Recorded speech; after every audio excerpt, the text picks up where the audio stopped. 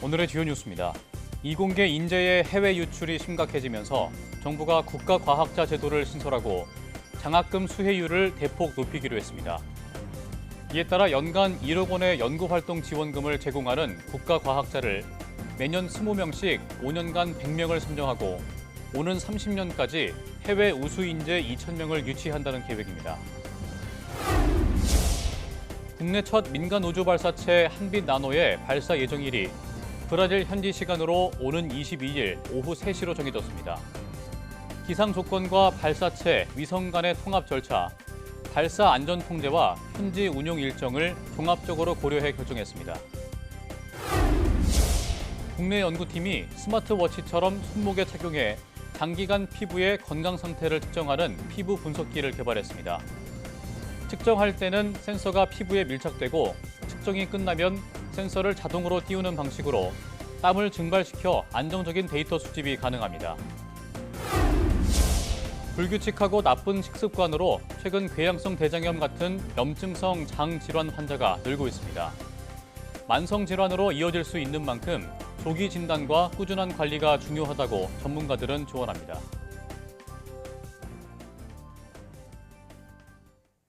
여러분 안녕하십니까? 사이언스투데이 시작합니다.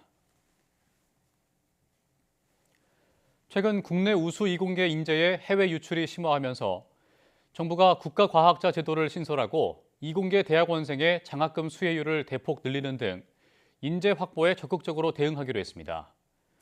과학기술정보통신부는 정부 서울청사에서 과학기술 인재 확보 전략, 연구개발 생태계 혁신 방안 브리핑을 열고 이같이 밝혔습니다. 이에 따라 연간 1억 원의 연구활동 지원금을 제공하는 국가과학자를 매년 20명씩 5년간 100명을 선정하고 오는 30년까지 해외 우수 인재 2,000명을 유치하기로 했습니다. 또 이공계 대학원생의 장학금 수혜율을 올해 1.3%에서 오는 30년까지 10%로 확대하고 연구생활장려금 도입 대학도 기존의 35개 교에서 내년 55개 교로 대폭 늘립니다. 이와 함께 정부 총 지출 대비 5% 수준으로 R&D 예산을 확대하고 과도한 행정 서식을 최소화해 연구자의 행정 부담을 줄이기로 했습니다. 국내 첫 민간 우주 발사체 한빛나노의 스페이스 워드 미션 발사 예정일이 브라질 현지 시간으로 오는 22일 오후 3시로 정해졌습니다. 민간 우주 발사체 기업 이노스페이스는 기상 조건과 발사체, 위성 간의 통합 절차, 발사 안전 통제와 현지 운용 일정을 종합적으로 고려해 이같이 결정했다고 밝혔습니다. 한빛나노는 높이 21.8m, 직경 1.4m의 2단형 우주 발사체로 1단과 2단에 각각 추력 25톤급 하이브리드 로켓 엔진과 3톤급 액체 메탄 로켓 엔진을 장착했습니다.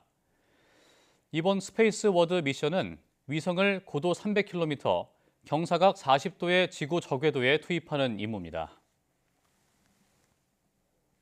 최근 몇 년 사이 우리나라에서도 궤양성 대장염 같은 염증성 장질환 환자가 늘고 있습니다. 복통과 설사가 반복된다면 단순한 장염이 아닐 수도 있습니다. 어떻게 예방해야 하는지 임윤솔 기자가 보도합니다. 궤양성 대장염은 대장 점막에 염증이 생기는 장질환으로 주로 20, 30대에게 나타납니다. 혈액과 점액이 섞인 묽은 변이나 설사를 보이고 심할 경우 복통과 탈수, 체중 감소를 동반하기도 합니다. 병원에 방문하면 혈액과 대변 검사, 대장 내시경 등 조직 검사를 통해 진단받을 수 있습니다. 건강보험 심사평가원에 따르면 궤양성 대장염 환자 수는 2020년 4만 8천여 명에서 2024년 6만 2천여 명으로 4년 동안 꾸준히 증가했습니다. 전문가들은 카페인이나 자극적인 음식 섭취, 불규칙한 식사와 과식, 스트레스 등을 주된 원인으로 판단하고 있습니다. 잘못된 식습관은 장내 면역 기능과 장내 미생물의 균형을 무너뜨리기 때문입니다. 일단 궤양성 대장염을 진단받으면 약물 치료를 시작하고 심할 경우 수술도 진행할 수 있습니다. 궤양성 대장염이 진단되고 나서 사실 가장 중요한 것은 꾸준한 약 복용입니다. 꾸준히 잘 복용하면서 그리고 규칙적인 검사를 받으시면서 염증을 잘 조절하신다면 일반인들과 똑같은 삶을 사실 수 있습니다. 궤양성 대장염은 거대 결장과 대장암 등의 합병증을 유발할 수 있다며 정기적인 내시경 검사와 치료가 필요하다고 덧붙였습니다. 염증성 장질환을 방치하면 만성 질환으로 이어질 수 있는 만큼 조기 진단과 꾸준한 관리가 무엇보다 중요합니다. YTN 사이언스 임늘솔입니다. 국내 연구팀이 스마트워치처럼 손목에 착용해 장기간 피부의 건강 상태를 측정하는 피부 분석기를 개발했습니다. 포스텍 강대식 교수 연구팀은 공기가 자유롭게 드나드는 구조와 온도 변화에 따라 형태가 변하는 형상기억학금을 기반으로 온도와 습도 등이 피부 건강에 어떤 영향을 미치는지 확인하는 분석기를 개발했습니다. 이 기기는 측정할 때는 센서가 피부에 밀착되고 측정이 끝나면 센서를 자동으로 띄우는 방식으로 땀을 증발시켜 안정적인 데이터 수집이 가능합니다. 이를 통해 단기간 측정에 그치거나 장시간 착용하면 땀이나 외부 요인으로 인해 정확도가 떨어지는 기존 장비의 한계를 극복했다는 게 연구팀 설명입니다.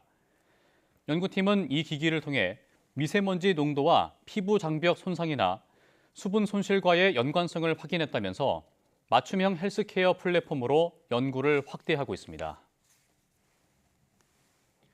삼성전자가 갤럭시 워치의 심전도 기능이 한 남성의 생명을 구한 사례가 브라질 방송에 소개되는 등 현지에서 화제를 모으고 있다고 밝혔습니다. 브라질 리우데자네이루 주에 거주하는 호베르투 갈라르트는 지난 6월 운동 중 흉통을 느낀 뒤 갤럭시 워치 6의 심전도 기능으로 이상 징후를 확인했고 관상동맥 오회수를 받아 건강을 회복했습니다. 삼성전자는 갈라르트가 갤럭시 워치가 생명을 구하는 데 결정적인 역할을 했다며 감사 인사를 전했다고 설명했습니다. 집안일을 대신 해주는 로봇은 언제쯤 현실이 될까요? 가사 업무를 수행하는 로봇이 만들어지고 있지만 아직은 좌충우돌인 모습인데요. 화면 보시겠습니다. 가정집 부엌인데요. 앞치마를 한 로봇이 들어오다가 벌렁 넘어집니다. 혼자서 일어서기는 힘들어 보입니다. 이번에는 프라이팬에서 요리를 볶는 모습인데요. 음식을 죄다 바닥에 쏟아버립니다. 쏟아진 음식에서 발버둥을 치다가 넘어지기까지 하는 모습을 보고 계십니다. 사람이 다시 일으켜 보지만 로봇은 음식 위에서 달리기를 합니다. 1억 원이 훌쩍 넘는 고급형 로봇인데 아직 요리까지는 어려운 것 같습니다. 챗GPT가 평소 정신건강에 문제가 없었던 이용자의 자살과 망상 등을 유발했다는 소송이 미국에서 한꺼번에 7건 제기됐습니다. 미국 언론들은 소셜미디어 피해자 법률센터와 기술정의 법률 프로젝트가 성인 6명과 청소년 1명을 대신해 오픈 AI를 상대로 캘리포니아주 법원에 소장을 냈다고 보도했습니다. 이들은 GPT-4.5가 위험할 정도로 이용자에게 아첨을 잘하며 이용자를 심리적으로 조종할 수 있다는 내부 경고가 있었는데도 출시됐다며 오픈 AI가 조력 자살, 과실치사 등의 책임이 있다고 지적했습니다. 앞서 캘리포니아의 16살 애덤 레인의 부모는 아들이 챗GPT의 도움을 받아 극단적 선택을 하자 지난 8월 소송을 제기했습니다. 또 지난해 10월에도 플로리다주의 10대가 사랑한다는 메시지를 주고받은 챗봇과 사랑에 빠져 스스로 목숨을 끊은 사건이 발생하면서 소송이 벌어졌습니다.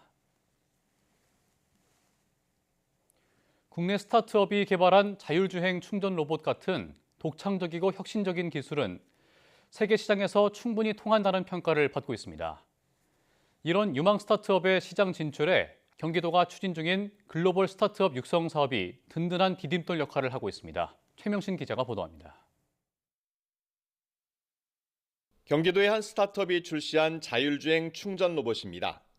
사용자가 스마트폰 앱으로 요청하면 로봇이 스스로 찾아가 충전하도록 개발됐습니다. 충전 인프라가 부족한 곳에서 맞춤형 이동형 충전소로 주목받고 있습니다. 이 회사는 창업 초기 개발 비용과 수요처 확보로 어려움이 컸었는데 경기도의 도움으로 사업이 본궤도에 올랐습니다. 맥주 관련된 혜택도 주고 또 테스트할 수 있는 여러 가지 인프라적 지원 같은 것들도 충분히 해주고 있어서 저희가 개발한 제품을 충분히 테스트하고 그런 시간을 굉장히 절약할 수 있도록 좀 많은 도움을 받았습니다. 정보통신 기술로 환경 문제를 해결할 방법을 연구하던 이 스타트업은 쓰레기 자동 선별 AI 로봇을 개발했습니다. 작업장 인력 문제를 해결하고 재활용률을 높일 수 있는 기술입니다. 이 업체 역시 경기도를 통해 중견기업의 투자를 받아 글로벌 시장 진출을 준비하고 있습니다. 경기도가 글로벌 스타트업 육성 사업을 통해 유망 스타트업의 해외 진출을 적극 지원하고 있습니다. 투자자 연결과 맞춤형 교육, 컨설팅을 제공하는데 올해만 233개 기업이 참여해 이 가운데 42곳이 투자 유치에 성공했습니다. 해외 진출을 위해서 적극적으로 저희가 지원할 계획입니다. 그리고 공급망들 간의 교류, 그다음에 투자자들 간의 교류를 통해서 그 창업의 활성화를 더 가속화시킬 계획에 있습니다. 경기도의 든든한 지원 아래 스타트업들의 글로벌 도약이 본격화하고 있습니다. YTN 최명순입니다. 미국 트럼프 행정부가 엔비디아의 최신 AI 칩 수정 버전의 중국 수출을 허용하지 않기로 결정한 것으로 전해졌습니다. 로이터 통신은 현지 시간 6일 IT 전문 매체 디인포메이션을 인용해 백악관이 다른 미국 연방기관들에 이 같은 방침을 통보했다고 보도했습니다. 중국 수출이 막힌 이 칩은 엔비디아의 최신 칩인 블랙웰의 성능을 낮춰 개발한 B30A라는 모델입니다. 블랙웰 B200 그래픽 처리 장치를 탑재한 서버는 이전 세대인 H100 기반 서버보다 AI 학습 시 3배, 추론 모델 실행 시 약 15배 더 강력한 성능을 보입니다. 미국은 블랙웰이 중국의 손에 들어갈 경우 AI 분야에서 미국의 우위가 흔들릴 수 있다고 판단해 수출을 제한하고 있습니다.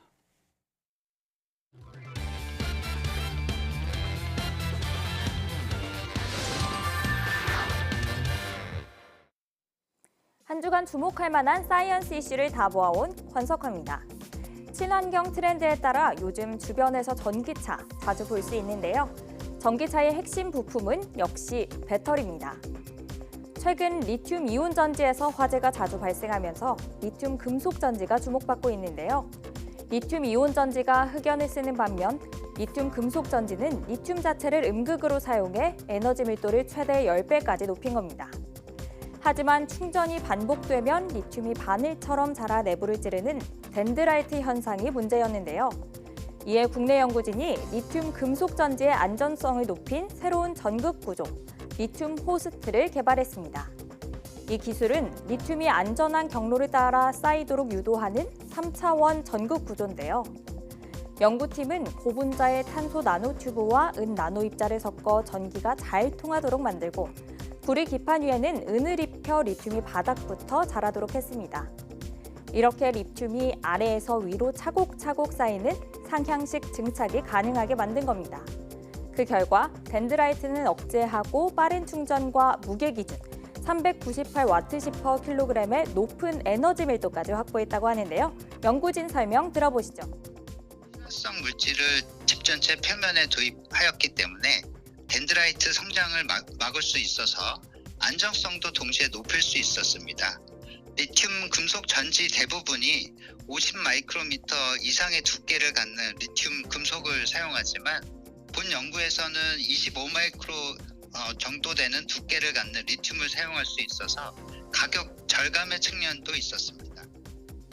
연구팀은 여기에 더해 리튬 자체를 사용하지 않는 무음극 전지까지 개발해 한 번 충전에 주행거리를 2배 이상 늘린 시대를 열겠다는 포부를 밝혔는데요. 폭발 위험 없는 안전한 전기차를 타는 날이 빨리 오기를 기대해봅니다. 이어서 두 번째 소식 만나보겠습니다. 최근 SKT 해킹과 KT 소액 결제 사건으로 통신 보안에 대한 우려가 커지고 있습니다. 이런 가운데 국내 연구팀이 이 통신 네트워크의 보안 취약점을 발견하고 자동으로 찾아내는 기술을 개발했는데요. 화면 보시죠. 휴대폰과 사물 인터넷 기기는 기지국과 연결되고 그 뒤에서 인증과 통화, 데이터를 처리하는 핵심 시스템이 있는데요. 바로 LTE 코어 네트워크입니다. 이 네트워크의 단말기에서 네트워크로 보내는 업링크 영역에서 취약점을 발견하고 또 찾아내는 도구를 개발한 건데요. 연구팀은 오픈소스와 상용 제품을 광범위하게 테스트해 여러 취약점을 발견했고 실제 공격 시연을 통해 통신장애와 개인정보 유출을 확인했습니다. 특정 이용자가 다시 접속하지 못하게 만드는 서비스 거부, 가입자 고유 번호 유출, 그리고 이미 알려진 정보로 특정인의 위치 추적까지 가능합니다. 특히 기존의 가짜 기지국 공격은 공격자가 피해자 근처에 있어야 했지만 이번 취약점은 같은 네트워크 중앙관리 구역에만 있으면 원격으로 광범위한 영향을 줄 수 있는데요. 연구진은 이 도구를 5G와 기업용 5G로 확장해 중요 인프라 보호에 활용할 계획이라고 밝혔습니다. 통신망은 이제 단순한 편의 서비스가 아니라 전력과 공장, 자율주행 등 핵심 인프라를 잇는 안전망입니다. 업링크의 보안 점검과 대책 마련이 시급해 보이네요. 지금까지 사이언스 이슈 다 모아온 권석화였습니다.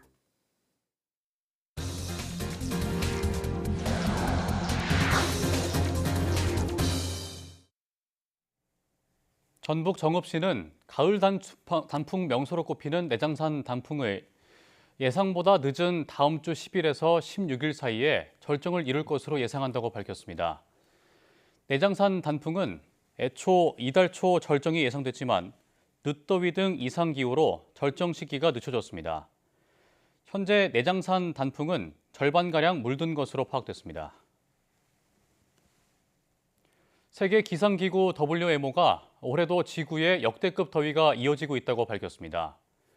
WMO가 발표한 2025년 전 지구 기후 현황 보고서에 따르면 올해 1월부터 8월까지 지구 평균 기온이 산업화 이전보다 1.42도 높았지만 지난해의 최고 기록보다는 낮아서 관측 이래 두 번째나 세 번째로 더운 해가 될 것으로 전망됐습니다.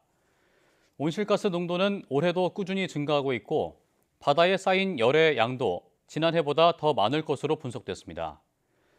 WMO는 앞으로 몇 년간은 지구 평균 기온이 일시적으로 1.5도 상승 기준을 넘을 수 있다며 기후 위기가 이미 현실이 됐다고 경고했습니다.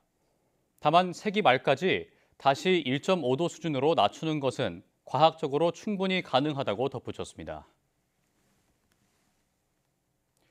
지구의 최근 3년 기온이 역대 최고 기온 톱3를 나란히 차지하면서 지구온난화가 갈수록 심각해지고 있다는 진단이 나왔습니다. 이런 가운데 기후변화는 사기라고 주장해온 트럼프 대통령은 브라질에서 개막한 기후 정상회의에 미국 대표단을 보내지 않았습니다. 권준기 기자가 보도합니다. 지구의 허파 아마존 지역에서 열린 30번째 유엔 기후정상회의에 개최국인 브라질 룰라 대통령은 큰 의미를 부여했습니다. No imaginário global, não há símbolo maior da causa ambiental do que a floresta amazônica. 유엔 사무총장은 이미 자연이 버틸 수 있는 임계점을 넘어서고 있다며 기온을 낮추기 위한 전 지구적 협력을 강조했습니다. Every fraction of a degree means more hunger, displacement and loss, especially for those least responsible. 지구 온도가 점점 뜨거워지고 있는 건 숫자로 증명되고 있습니다. 세계 기상기구는 올해 8월까지 평균 기온이 산업화 이전보다 1.42도나 높았다며 역대 두 번째나 세 번째로 더운 해가 될 것으로 전망했습니다.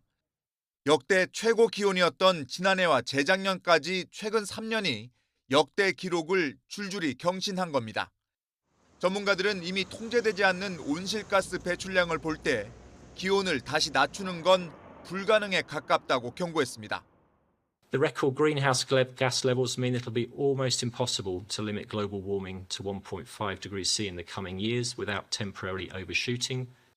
기후변화를 사기라고 주장하며 파리 기후협약 재탈퇴를 추진하고 있는 트럼프 대통령은 기후정상회의에 대표단을 파견하지 않았습니다. 대권 잠룡인 게빈 뉴섬 캘리포니아 주지사는 트럼프가 지구에 등을 돌렸다고 비판했지만 일부 국가에선 합의안에 어깃장을 놓느니 차라리 안 온 게 다행이라는 반응도 나왔다고 로이터는 전했습니다. YTN 권준기입니다. 고라니처럼 갑자기 튀어나와 킥란이라고도 불리는 전동 킥보드 관련 사고가 끊이질 않고 있습니다. 도로는 물론 인도에서까지 질주하는 위험성에 서울시가 킥보드 없는 거리를 시범 운영하고 있는데 반응이 좋습니다. 이형원 기자가 보도합니다.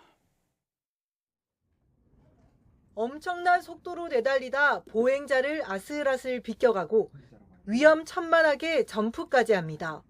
인도에서 달리다 강아지를 들이받는가 하면 돌진하는 킥보드에 어린 딸을 보호하려던 30대 엄마가 크게 다치기도 했습니다.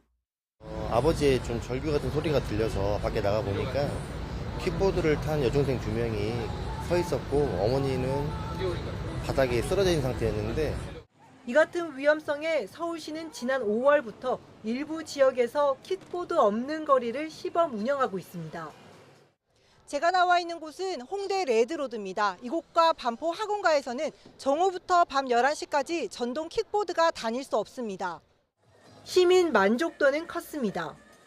킥보드 갑자기 앞으로 와가지고 놀랄 위험도 없으니까 좀 더 좋아요.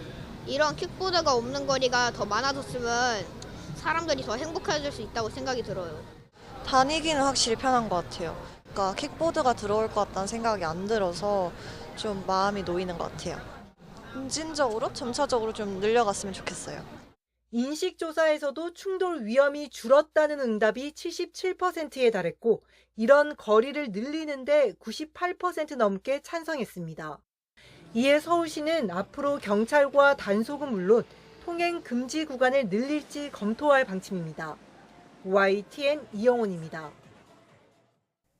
신세계 백화점이 본점 외관에 초대형 전광판을 통해 크리스마스 영상을 공개했습니다.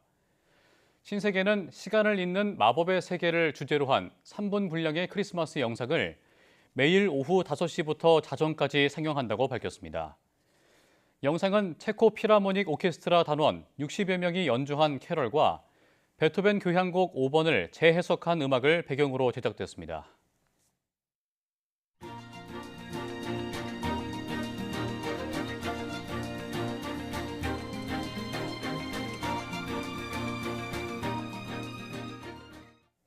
이상으로 사이언스 투데이 마칩니다. 함께해 주신 여러분 고맙습니다.